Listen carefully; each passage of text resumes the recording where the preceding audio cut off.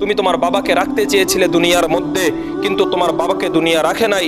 তুমি তোমার দাদাকে রাখতে চেয়েছিলে এই দুনিয়ার মধ্যে, তোমার দাদাকে এই দুনিয়া রাখে নাই। তুমি তোমার মাকে রাখতে চেয়েছিলে এই দুনিয়ার মধ্যে, কিন্তু এই দুনিয়া তোমার মাকেও থাকতে দেয় নাই। এই দুনিয়া বড় স্বার্থপর। আমরা দুনিয়ার প্রতি এত মায়া ঝুঁকেছি যে দুনিয়ার মায়া আমরা আজও ছাড়তে পারলাম না। আল্লাহ সুবহানাহু ওয়া তাআলা সূরা ফুরকানে বলেন, তাবারাকাল্লাযী নাযালাল ফুরকান আলা আবদিহি লিয়াকুনা লিল আলামিনা নাযীরা। আমি তোমাদেরকে দিয়েছি ফুরকান, কেন? তোমাদের পথকে সহজ করার জন্য। আর আল্লাহ সুবহানাহু ওয়া তাআলা পবিত্র কিতাব আমাদেরকে দিয়েছেন, যেন গোটা কিতাবের মধ্যে আল্লাহ রাব্বুল আলামিন সমস্ত কিছু লেখে রেখে দিয়েছেন। দেন কোরআন আমাদেরকে দেওয়ার একটাই উদ্দেশ্য, ওইটা হচ্ছে আমাদের জীবনকে সুন্দরভাবে পরিচালনা করা, আমাদের জীবনকে কোরআন মাপে চালানো, আমাদের জীবনকে আল্লাহ রাব্বুল আলামিনের দ্বীনের পথে চালানো এবং আল্লাহ তাআলার হুকুম অনুযায়ী নিজের জীবনকে গড়ে তোলার জন্য আমাদেরকে আল্লাহ সুবহানাহু ওয়া তাআলা কোরআন দিয়েছেন।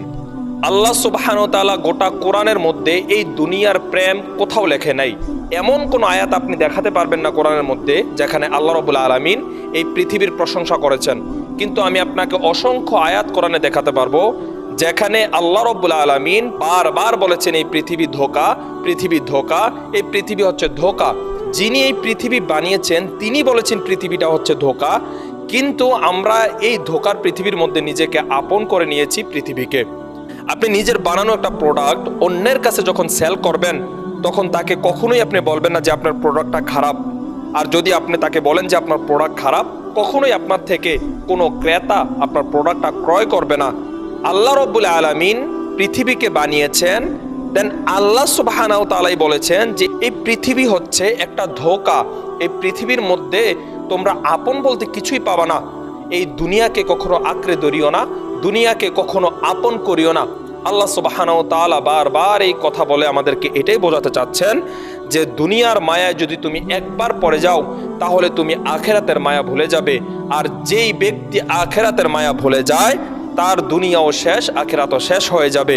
সম্মানিত দিনী ভাই, যদি দুনিয়ার মধ্যে থেকে আপনি আখিরাত ভুলে যান, যদি দুনিয়ার মধ্যে থেকে দুনিয়ার মায়ায় পড়ে, দুনিয়ার ভালোবাসায় পড়ে যদি আপনি আখিরাত ভুলে যান, কবরকে ভুলে যান, তাহলে আপনার উপায় থাকবে না। আপনি ভালো করেই জানেন যে কবর বড় কঠিন জায়গা।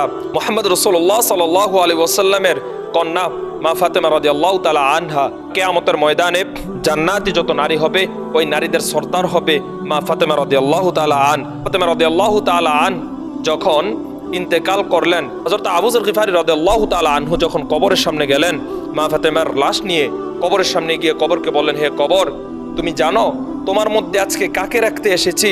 দু জাহানের বাদশা সাইয়্যিদুল মুরসালিন নবী মুহাম্মদ রাসূলুল্লাহ সাল্লাল্লাহু আলাইহি ওয়াসাল্লামের কন্যা হযরত হাসান হুসাইন রাদিয়াল্লাহু তাআলা আনহুর আম্মাজান হযরত আলী রাদিয়াল্লাহু তাআলা আনহুর স্ত্রী সহধর্মিণীকে এই কবর তোমার কাছে রেখে যাচ্ছি।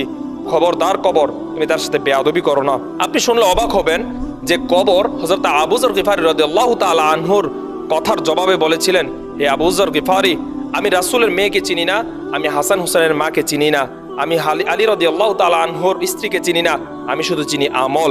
ওইটাই হচ্ছে সেই কবর, যেই কবর আমল ছাড়া কিছুই চিনে না। বাবা, দুনিয়ার ধোঁকায় পড়ে আমাদের জিন্দিগিকে যেমনভাবে নষ্ট করে দিচ্ছি, আল্লাহ রাব্বুল আলামিন বলেছে এটা হচ্ছে ধোঁকার একটা দুনিয়া। তুমি তোমার বাবাকে রাখতে চেয়েছিলে দুনিয়ার মধ্যে, কিন্তু তোমার বাবাকে দুনিয়া রাখে নাই। তুমি তোমার দাদাকে রাখতে চেয়েছিলে এই দুনিয়ার মধ্যে, তোমার দাদাকে এই দুনিয়া রাখে নাই। তুমি তোমার মাকে রাখতে চেয়েছিলে এই দুনিয়ার মধ্যে, কিন্তু এই দুনিয়া তোমার মাকেও থাকতে দেয় নাই। এই দুনিয়া বড় স্বার্থপর। আজ আছো, একদিন হঠাৎ করে চলে যাবে। তুমি বুঝতেও পারবে না যে যখন তোমার ডাক আসবে হঠাৎ তুমি একদিন চলে যাবে। তাই আমি আপনাকে বিনীতভাবে অনুরোধ করে বলবো, ভাই, এই দুনিয়াটাই তোমার জন্য শেষ নয়। এই দুনিয়ার মায়ায় পড়িও না। যদি একটা বার নিজেকে এই দুনিয়ার মায়ায় আবৃত করে নাও, যদি একটা বারের জন্য এই দুনিয়ার মায়ায় তুমি পড়ে যাও, তাহলে কখনোই তুমি মুক্ত হতে পারবে না এই দুনিয়া থেকে। এই দুনিয়ার মায়া বড় খারাপ। আল্লাহ তাআলা আমাদেরকে বোঝার তৌফিক দান করুক, এই দুনিয়ার মায়া থেকে আমাদেরকে দূরে থাকার তৌফিক দান করুক।